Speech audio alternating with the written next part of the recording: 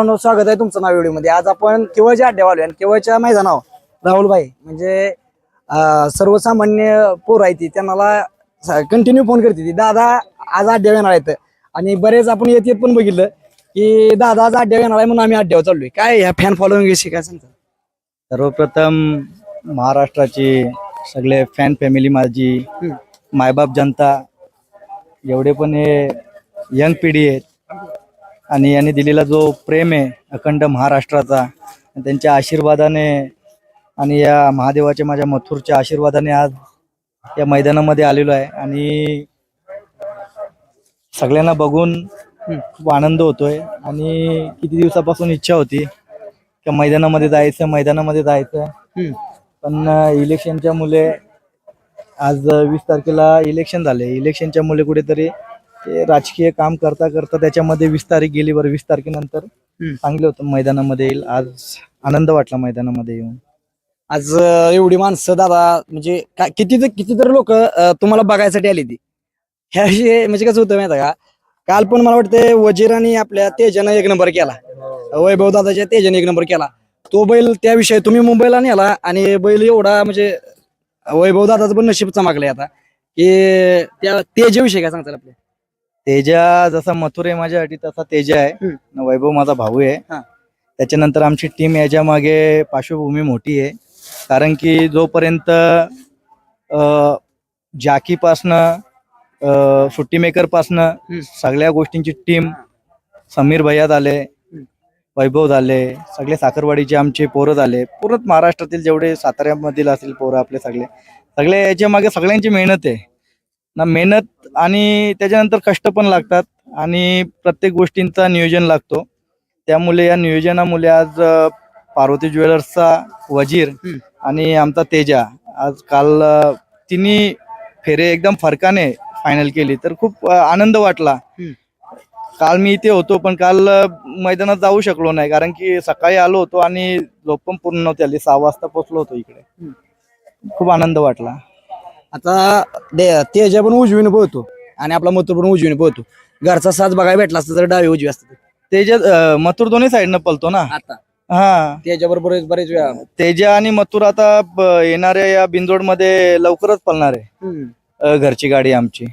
आणि मथुर आता पावसाळ्यामध्ये इकडेच असल्यामुळे बिंदोड आता पावसाळ्यामध्ये आपल्याकडे जास्त होतील वरच्या भागामध्ये आपल्याकडे, मग तेव्हा घरचीच गाडी पाहेल। दादा बरेच दिवस मी बघतोय ज्या वेळेस तुमच्या नावाचा प्रश्न आणि अटीतटी लढत असेल त्यावेळेस मथुरला काय होतं कोणा आपण एवढं पळतो ना मथुर की विशेष बेभान पळतो। काय सांगताल मथुर विषय? मथुर विषय बहुत एवढा कमी आहे, कारण की आज जेव्हा मी टीव्हीवर बघत राहायचो, आज सळग मी जेव्हा आतमध्ये असताना आमचा पराभव झाला होता वरदान आणि याच्यासोबत महबूब सोबत, तर आतमध्ये असताना मला मथुरने खुशखबर चांगली दिली आणि त्याच दिवसाला माझी बेल झाली 2 दिवस नंतर। पण एवढा आनंद झाला होता का म्हणजे मला असं वाटलं का माझ्या जे पण दुःख आहे ना का त्या सुखाचे दिवस मथुरच मला दाखवतोय। जेव्हा मी दुःखात असतो त्या टायमाला म्हणजे मला आनंदाचा क्षण या कुठेतरी माझ्या एखाद्या चुकीमुळे किंवा कुठेतरी आपला कमीपणा झालेला असतो, पण ती जागा भरून मला मथुर देतो। तर मथुरा म्हणजे बोलायला जागाच नाही माझ्याकडे, कारण की माझ्या मनामध्ये जो मथुरचा दर्जा आहे एकदम माझ्या कुटुंबासारखा आहे आणि माझ्या फॅमिली सारखा आहे।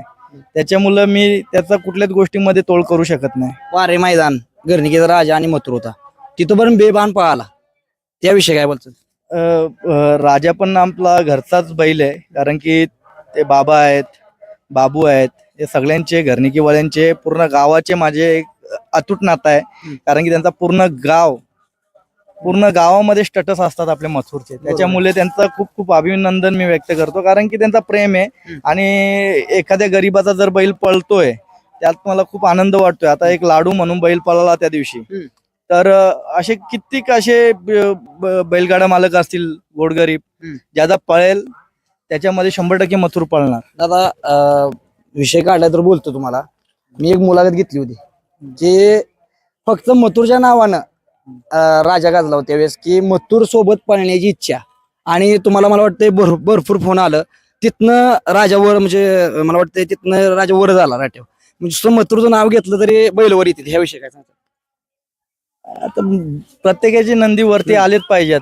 प्रत्येक गोरगरीब जेवढे पण या आपल्या महाराष्ट्रामध्ये शर्यतीतले जेवढे पण आपले गरीबाचे बैल असतील ना, मला तर मी देवाला प्रार्थना करतो का माझ्या गळ्यामध्ये, माझ्या मथुरच्या गळ्यामध्ये का यांचेच बैल येऊ द्या ना, त्यांचे बैल खूप पुढे जाऊ द्या. आणि त्याच्यामुळे त्यांच्या फॅमिलीचं कधी लग्न असणार मुळी बाळांत, त्याच्यानंतर घर बनवायचं असेल तर त्यांना चांगली रक्कम तरी भेटेल त्या बैलांच्या मार्फत एखाद्या बैलाला, म्हणजे परिस्थितीच्या हिशोबात. आणि सांगायला गेलं तर एकमेव जर या महाराष्ट्रामध्ये मालक असणार हा राहुल पाटील, त्या कधी कोणाचा 100 रुपये नाही बघितलेला आतापर्यंत, कधी घेणार पण नाही, तिथं म्हणत पण नाही. आपल्या या मथुरने मला सर्व काही दिलेलं आहे, त्याच्या आशीर्वादाने खूप काही मला भेटलेलं आहे, खूप काही दिलेलं आहे. उलटे माझे खिशातले पैसे देऊन मी ते पोरांना माहिती आहे सगळ्या गोष्टी. आपण पैशाचा भुकेला नाही, आपण इज्जतीचा भुकेला आहे.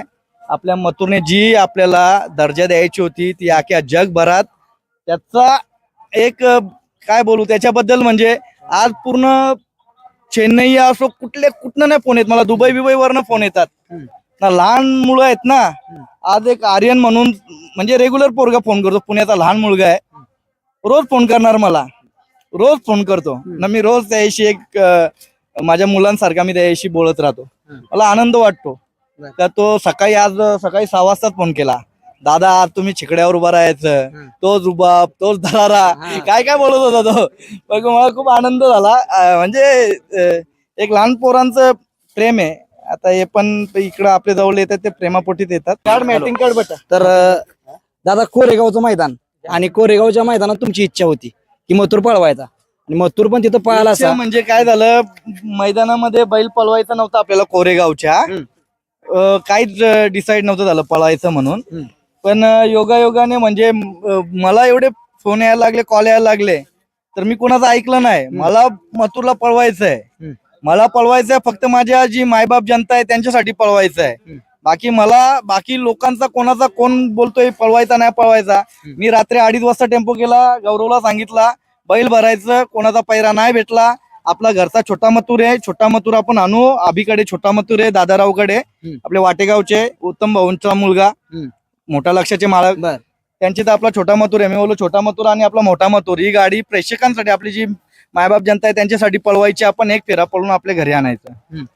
मग वैभवनी आणि समीर भाई यांनी फोन केलं यांना निंबाळकर सरांना का ते आम्हाला पैरा तुम्ही द्या, तुम्ही ऍडजस्टमेंट करा, कारण की निंबाळकर सरांकडे 3-4 बैल आहेत आणि त्यांचे सगळे बैल चांगले पळतात. त्याच्यामुळे सरांनी पण थोडासा आमच्यासाठी मोठेपणा दाखवला, त्यांचा सुद्धा मी आभार व्यक्त करतो. कारण की कुठेतरी आम्ही पण त्यांच्या कामाला आलो असेल म्हणून त्यांनी आमच्यासाठी मोठा मन करून बैल दिला असेल, आहे का नाही. तुम्ही एकदा बैल दिलता सर म्हटलं म्हणून. एकदा नाही, मी भरपूर वेळा दिलाय. एकदा नाही, मग माझ्यात पण माझा पण काहीतरी असेल त्याच्यामध्ये.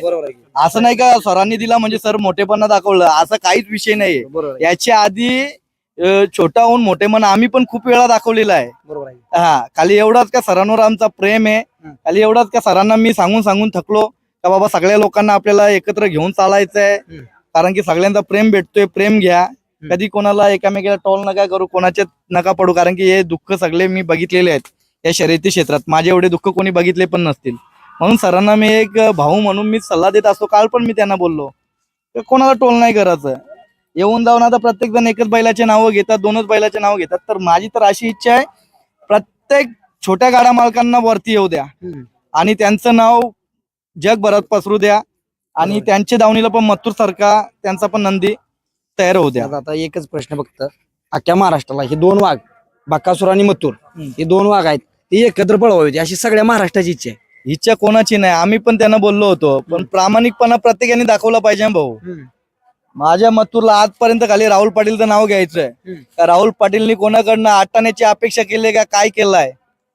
सरांचे जेव्हा सरांच्या बैलामध्ये सरांना म्हणजे कोणी बैल देत नव्हता, सरांनी मला कॉल केला, मी बैल पाठवला, तिथे आम्ही फायनल केली, बुलेट जिंकली. बुलेटचे पैसे मी सरांना लगेच याला मारायला लावले अकाउंटला, तिथल्या तिथंच मैदानात. म्हणजे आम्ही कुठल्या गोष्टीचा असा हावरटपणा नाही, लालचपणा नाही, काय नाही. कारण की जे पण गाडा मला प्रत्येकाची परिस्थिती नसते. आज सांगायचं उदाहरण तर आज सपोज समजा माझी परिस्थिती एवढी आहे का मी इथून 2-5 हजार रुपये घेऊन मैदानामध्ये येणार, माझा बैल फायनलला बसल्यानंतर काहीतरी अपेक्षा असणार, प्रत्येक गाडा मालकाला असते. मग त्यांना पण आपण प्राधान्य चांगल्यापैकी दिलं पाहिजे असं आहे. तर दादांचा जास्त वेळ घेत नाही. सर्वसामान्य बैलांना न्याय देणारा किंवा सर्वसामान्य बैलांना त्यांच्या गळ्यात पळून बिना वायदीची पळवणारा एक मेव गाडा मालक म्हणजे राहुलभाई. धन्यवाद.